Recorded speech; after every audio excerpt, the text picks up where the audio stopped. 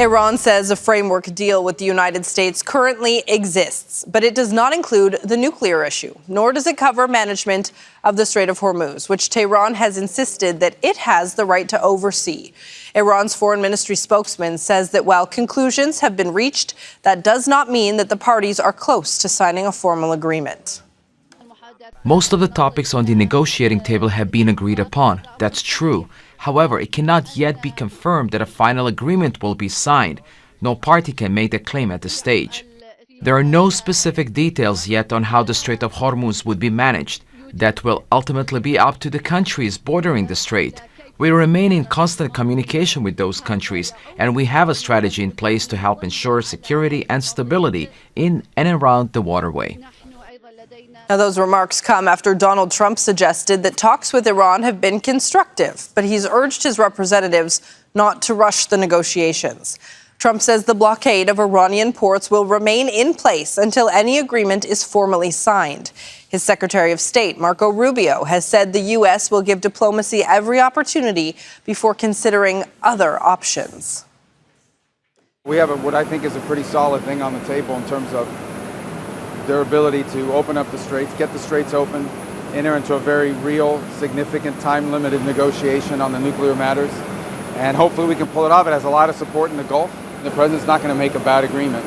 So let's see what happens. We're going to give diplomacy every chance to succeed before we explore the alternatives. For more on this, let's bring in Andrea Dessi, an assistant professor in international relations and global politics at the American University of Rome. And he joins us now live from the Italian capital. Andrea, thank you for being with us.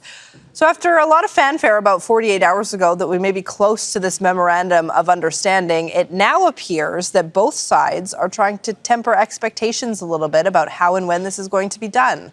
Why do you think that is? Well, thank you, Riley. A pleasure to be here. I think that we're not out of the woods yet, in the sense that there are still many moving parts, many issues that remain to be discussed and remain to be negotiated. At the same time, we should be positive about the more optimist statements coming out recently from, or at least yesterday, from both sides. This shows that there is some movement, and there is potentially also some softening of positions on both the Iranian and the U.S. side. At the same time, there are so many moving parts and so many sticking issues and potential spoilers as well that we are still by no means close to a breakthrough, and more negotiations will need to be held. But at least the atmosphere is improving, and we seem to be on a better track compared to last week.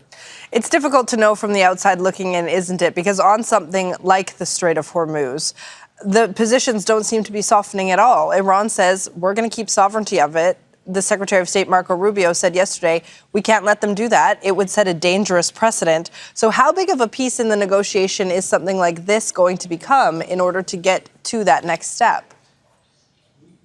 Absolutely. The Strait of Hormuz and the management of the Strait of Hormuz, connected as well to the U.S. blockade and the Iranian blockade, are the major issues that are being discussed at the moment among the negotiators.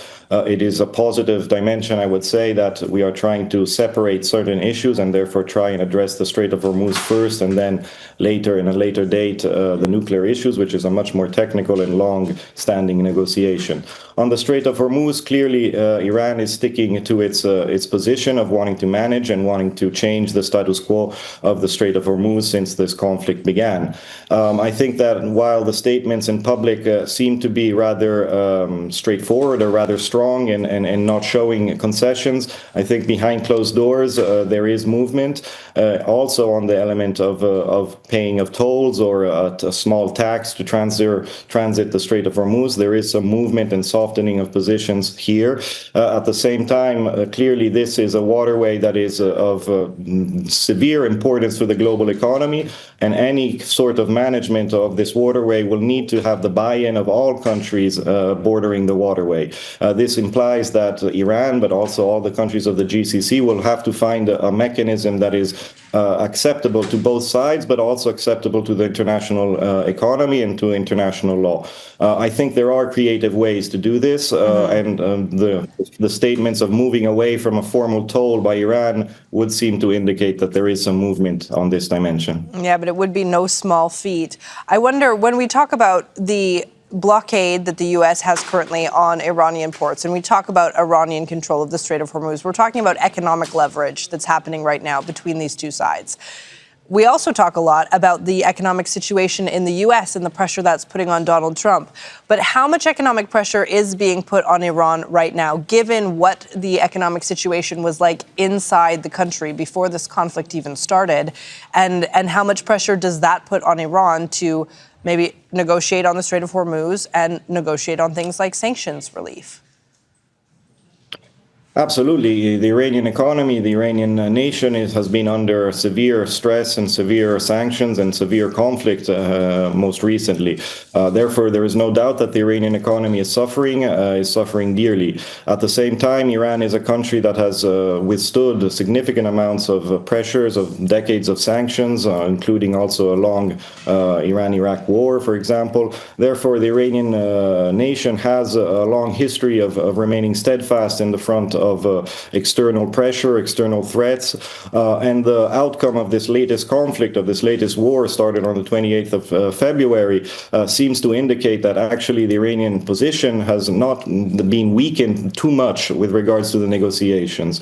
And this is the biggest issue, because the global economy is suffering from the blockage of the Strait of Hormuz, and the Trump administration is witnessing increasing criticism, increasing challenges from within the U.S. domestic setting as well. Both on the Democratic side and on the Republican side, statements have been made yesterday and today pointing to the fact that this framework agreement, if it is in fact signed, would come close to a semi-capitulation by the United States. Therefore, there are many moving parts, and a big element of this will be trying to sell any agreement in the domestic setting of the United States, given the long history, the long decades of history of animosity towards Iran, and the latest conflict, of course, that has only furthered this mistrust and deep animosity between the sides. Andrea Dessi, assistant professor in international relations and global politics at the American University of Rome. Thanks for being with us here on Al Jazeera. Thank you.